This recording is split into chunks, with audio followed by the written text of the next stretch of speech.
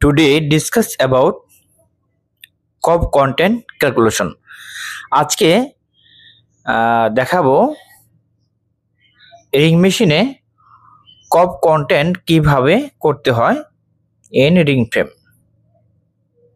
ঠিক আছে, তা আমরা যে সাধারণত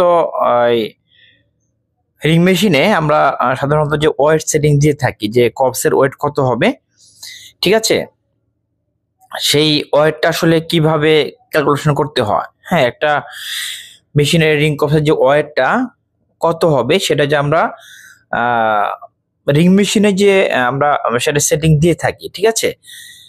তো সেই কব কন্টেন্ট সেই কত গ্রাম হবে এটা কবসের ওয়েট, সেটা কিভাবে ক্যালকুলেশন করতে হয় সেটা আজকে দেখাবো, ঠিক আছে। তো আমি প্রথমে একটা চিত্র এঁকে নিয়েছি। এটা হচ্ছে আপনার যে ধরুন এটা আমি চিত্র যেটা এঁকেছি এটা হচ্ছে রিং কবস, ঠিক আছে। এটা একটা রিং কবস, ঠিক আছে। তো এটা হচ্ছে রিং কবস। তো আমি প্রথমে লিখেছি এখানে যে এমটি রিং ববিন। ধরুন এখানে এই সুতা নাই, সেক্ষেত্রে কি হবে, সেটা হচ্ছে আপনার এমটি ববিন হবে, তাই না। সেই এমটি ববিনের আপনার ধরুন আমি ধরেছি লেন্থ, হ্যাঁ, এমটি ববিনের যে লেন্থ হচ্ছে আপনার 190 মিলিমিটার। তো রিং ববিন কিন্তু বিভিন্ন সাইজের হয়ে থাকে, 190 মিলিমিটার হতে পারে, 200 মিলিমিটার হতে পারে, 210 মিলিমিটার হতে পারে, 180 মিলিমিটার হতে পারে, ঠিক আছে। তো আমি লিখেছি এমটি ববিন রিং ববিন হচ্ছে 190 মিলিমিটার। আর এখন যদি আমরা চিন্তা করি যে এটা একটা রিং কবস, এখানে আমরা কি করি যে যখন আপনার ড্রপটা নেমে থাকে, ড্রপ নামে দেন হচ্ছে যে সেলাই যে বাঁধে, হ্যাঁ, এই যে আপনার বাঁশ, এটাকে বলে বাঁশ, নিচে আমরা ফাঁকা রাখি না একটু, যে নিচে ফাঁকা রাখি। তো এই যে ফাঁকাটুকু এটা আমরা কত ধরে থাকি, 10 থেকে 15 মিলিমিটার। আমি ধরলাম 10 মিলিমিটার আমরা ফাঁকা ফাঁকা রেখেছি, এই বাঁশটা রেখেছি আমরা 10 মিলিমিটার, ঠিক আছে। এটা হচ্ছে আপনার বাঁশ, ওকে। তো এই যে উপরে যেটা থাকে রিং কবস হওয়ার পর উপরে একটু কিন্তু ফাঁকা রাখি আমরা, তাই না, গেপ রাখি।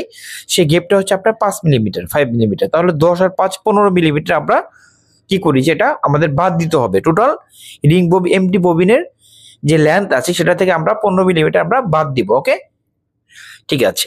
তো এখন এই যে আমি এখানে ইন্ডিকেট করেছি যে এখান থেকে এই পর্যন্ত এটা কিন্তু আপনার আমাদের যে লিফটিংটা আছে এটা কিন্তু আপনার আপ ডাউন করে, ঠিক আছে, আপ এন্ড ডাউন করে, ঠিক আছে। তো এটাকে আমরা বলবো যে লিফটিং। অনেক সময় ইন্টারভিউয়ে ধরে থাকে যে আপনাদের ওখানে লিফটিং কত আছে রিং এ, আমরা কিন্তু বলতে পারি না। তো আমাদের এইভাবে হিসাব করতে হবে যে লিফটিং হচ্ছে আমাদের টোটাল যে এমটি রিং ববিন আছে সেটার থেকে আমাদের এই যে 10 আর 5, হ্যাঁ, এই 15 বাদ দিতে হবে। হ্যাঁ, আপনি বলে দিলেন 200 মিলিমিটার আপনাদের মিলা আছে, তাহলে আপনি 15 মিলিমিটার বাদ দেন। 190 আছে, 15 মিলিমিটার বাদ দেন, অর্থাৎ 15 মিলিমিটার আপনি বাদ দিবেন। তাহলে কত হবে, এই যে আমি লিখেছি 190 মাইনাস হচ্ছে 15 অর্থাৎ 15, তাহলে 175 মিলিমিটার আপনার হচ্ছে লিফটিং, ওকে।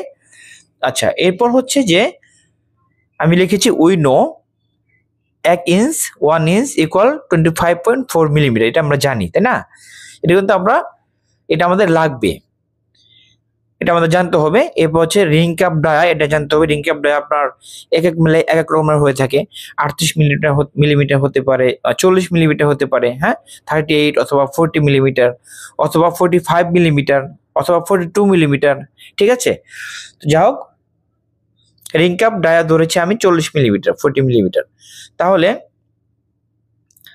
হচ্ছে যে আপনার 40 ভাগ হচ্ছে 25.4 আমাদের কিন্তু ইঞ্চিতে নিতে হবে, কনভার্ট করতে হবে। এই জন্য আমরা লিখেছি 1 ইঞ্চি সমান 25.4 মিলিমিটার, ওকে। তো 40 মাইনাস ডিভাইডেড হচ্ছে 25.4, যেটাকে আমরা যদি ক্যালকুলেশন করি তাহলে আমরা পাবো 1.57 ইঞ্চ, ওকে। তো এরপর হচ্ছে লিফটিং আমরা কত পেয়েছি, 175, তাই না, 175। আচ্ছা, 175 ডিভাইড বাই হচ্ছে, তাহলে এই যে যেহেতু ইঞ্চিতে নিতে হবে, কনভার্ট করতে হবে, এই জন্য 25.4 দিয়ে আমরা ভাগ করে দিব, ওকে। তাহলে 6.88 ইঞ্চ। তো এখন আমরা আরো জানি যে কবস কন্টেন্ট ইকুয়াল হচ্ছে পাই এল ডি স্কোয়ার, ঠিক আছে, এটা আমরা জানি। তাহলে পায়ের মান কত হচ্ছে 3.14। ওকে, লিফটিং কত পেয়েছি আমরা 6.88। 6.88 ইন্টু হচ্ছে ডি স্কোয়ার অর্থাৎ ডায়া, রিংকাপ ডায়া কত পেয়েছি 1.57 ইঞ্চ। 1.57 কিন্তু স্কোয়ার দিলাম। 3.14 ইন্টু হচ্ছে 6.88 ইন্টু হচ্ছে 2.46, এটাকে আমরা ক্যালকুলেশন করলে 2.46 পাবো। তাহলে 53 গ্রাম এটা আমরা কপ কন্টেন্ট পেয়ে গেলাম, তাই না? কপ কন্টেন্ট আমরা পেয়ে গেলাম 53 গ্রাম। তো এইভাবে আমরা খুব সহজে কপ কন্টেন্ট অর্থাৎ একটা রিং কপসে কতটুকু আমাদের কত গ্রাম আমাদের সুতা আছে কিংবা এটা আমরা কত গ্রাম সেটিং করতে পারবো কপ কন্টেন্ট, এটা আমরা সহজে আমরা কি করতে পারবো, বের করতে পারবো। ওকে, তো আশা করি বুঝতে পেরেছেন। আজকে এই পর্যন্ত, পরবর্তীতে নতুন একটি টপিক নিয়ে আসবো ইনশাআল্লাহ। তো তখন ভালো থাকবেন, আল্লাহ হাফেজ।